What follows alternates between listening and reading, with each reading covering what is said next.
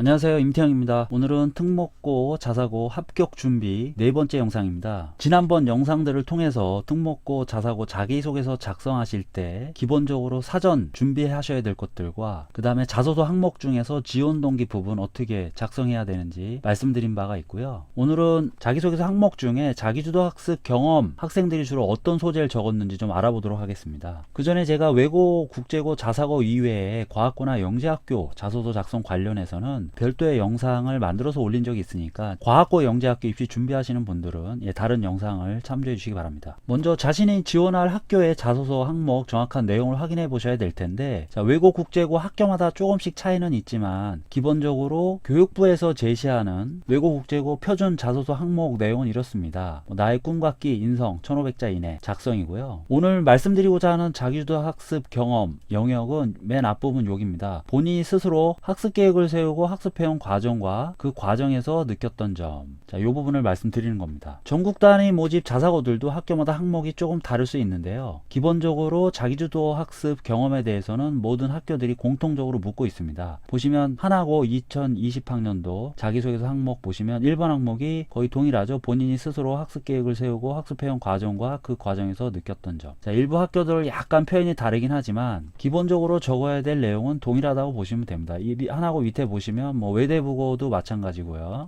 본인 스스로 학습 계획을 세우고 학습해온 과정과 그 과정에서 느꼈던 점 똑같죠. 그리고 밑에 상상고 약간 표현이 다른데요. 실천할 성취감을 느낀 학습 경험과 학업에 기울인 노력, 약간 표현의 차이가 있긴 합니다만 어차피 써야 될 내용은 동일합니다. 그리고 인천 하늘고도 마찬가지고요. 이렇게 전국 단위 모집 밑에 보시는 현대초원고, 여기도 표현은 약간 다르지만 중학교 재학 중 자기주도적으로 수행한 활동 중 가장 큰 성취감을 느꼈던 학습 경험 마찬가지죠. 세 개 항목 중에서 가장 많은 글자 수 보이고 있습니다. 다른 학교들도 거의 마찬가지라고 보시면 되겠습니다. 북일고 진해내하고 자소서 내용이 조금 바뀌었는데 마찬가지로 자기주도 학습 과정 분량이 가장 많습니다. 다른 전국 단위 모집 자사고들도 한번 쭉 이렇게 보실 수가 있고요.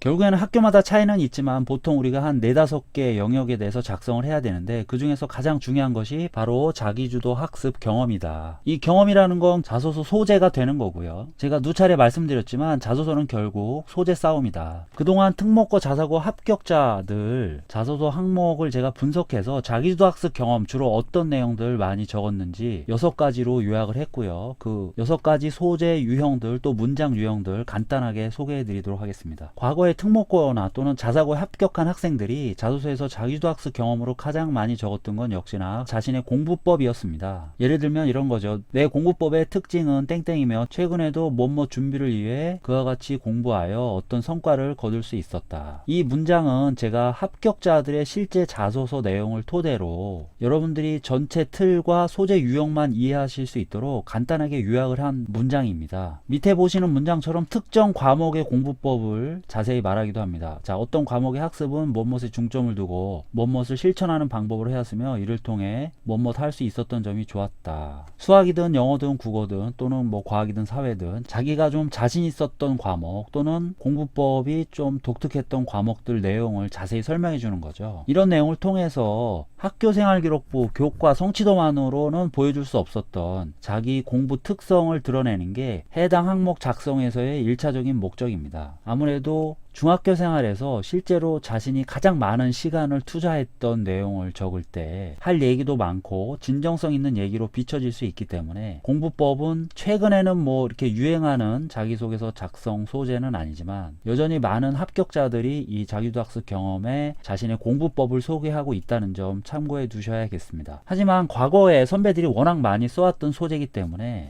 특목고 자사고 선생님들께는 너무 뻔한 얘기로 비춰질 위험성이 있습니다. 그래서 단순히 뭐 노트를 어떻게 정리했다, 뭐 어떤 내용을 어떻게 암기했다 이런 내용만 하시기보다는 그 공부법을 왜 선택했고 그리고 그런 공부법으로 인해서 자기가 어떻게 발전할 수 있었는지까지를 함께 기록하셔야지만 다른 지원자들과 조금은 차별화된 공부법 내용이 될 수 있다는 점 유의하셔야겠습니다. 자기주도 학습 경험 유형 두 번째 사례는 위기 극복을 소재로 삼았던 경우입니다. 예를 들면 이런 거죠. 어떤 분야에 취약하여 특정 과목이 될 수가 있겠죠. 이것을 극복하고자 어떤 방법으로 공부하였고 이를 통해 어떤 성과를 거둘 수 있었다. 혼자 공부하는 과정에서 어떤 시행착오를 겪었지만 어떤 방법으로 극복할 수 있었다. 앞서 말한 공부법 소재하고 유사한 부분도 있지만 초점을 위기 극복에 뒀다는 점이 좀 다르겠죠. 꼭 성적 관련된 위기 극복이 아니더라도 뭐 어떤 실험을 하다가 또는 개인적인 탐구를 하다가 문제가 발생했는데 나만의 방법으로 해결했다. 또는 학교 수행평가나 어떤 프로젝트 수업 같은 것들 또는 뭐 대회 준비도 가능할 수 있고요. 결국 위기를 극복하게 되면 자신이 한 단계 발전할 수 있는 계기가 될 수 있기 때문에 그런 점을 부각시킴으로써 지금 현재 발전된 자기 모습을 드러내는 그런 소재 유형이라고 볼 수 있습니다. 다음은 자신의 재능을 발견한 사례를 소재로 사용한 경우입니다. 주로 과학고나 영재학교 학생들이 많이 쓰는 소재 유형인데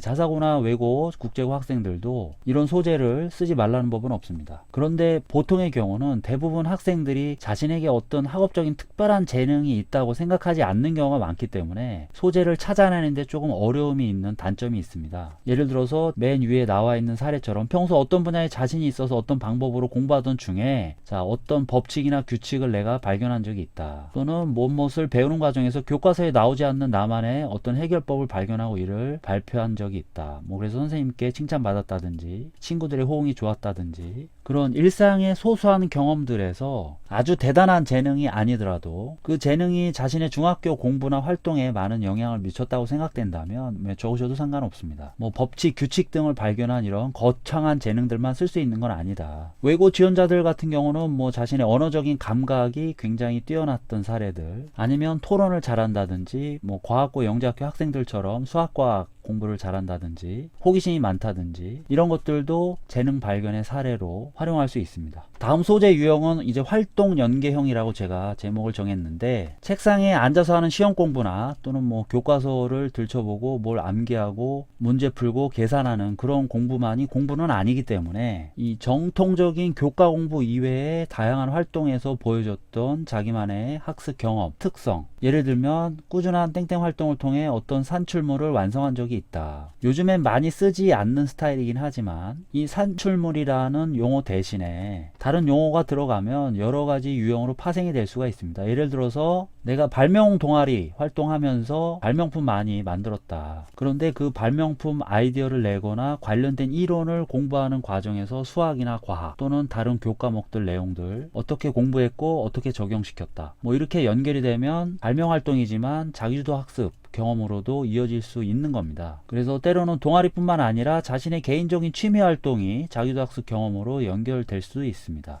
외국인 친구들과 SNS를 한다든지 또는 블로그나 유튜브를 한다든지 이런 것들도 넓게 보면 자기주도 학습 경험에 들어갈 수 있는 사례가 많이 있습니다. 다음은 관심 분야에 대한 집중적인 탐구나 그 분야에 관심 갖게 된 계기를 중심으로 해서 자기주도 학습 경험을 써내려간 사례들입니다. 앞서 말씀드린 활동 연계형 소재하고 더불어서 최근 합격자들 자소서에서 가장 많이 보이는 자기주도 학습 경험 유형들입니다. 예를 들어서 평소 어떤 분야에 호기심이 많아서 어떤 방법으로 공부하였고 그 결과 무엇까지 알아낸 적이 있다. 주로 자신의 진로 영역하고 연관짓는 경우가 많습니다. 예를 들어서 내 꿈이 만약에 로봇공학자다 그러면 물리 공부 또는 전기 전자 공부 그리고 관련된 개인적인 탐구나 실험이나 어떤 제작물을 만드는 과정에서 자기가 그 분야의 학업적인 역량이 어떻게 향상되었다 이런 식으로 표현을 하는 거죠. 이런 소재 유형 적으실 때 유의하실 점은 특정 분야에 대한 자신만의 어떤 전문 지식을 너무 자랑하는 쪽으로 치우치지 마시라는 점. 자칫하면 자기소개서가 아니고 관심 분야 소개서가 될 수가 있고 그리고 면접 질문에서도 아주 어려운 질문을 받아서 난관에 빠지는 그런 빌미를 제공할 수도 있기 때문에 가급적이면 중학교 교육과정 내에서의 내용들과 그것을 약간 확장하는 수준에서의 난이도가 무난할 수 있고요. 중요한 건 이런 관심 분야에 대한 탐구를 통해서 나의 전체적인 학업적인 역량이나 특성을 보여줄 수 있어야 된다는 겁니다. 너무 전문적인 얘기들만 적게 되면 입학사정관 선생님들이 학생 전체 모습을 판단하는데 오히려 방해가 될 수도 있다는 점 유의하셔야겠습니다. 마지막으로 앞서 말씀드린 이 5개 유형을 여러 개 혼합해서 쓰는 복합형 가능할 수 있습니다. 예를 들면 내 인생의 목표는 무엇을 밝혀내는 것이며 이를 위해 어떤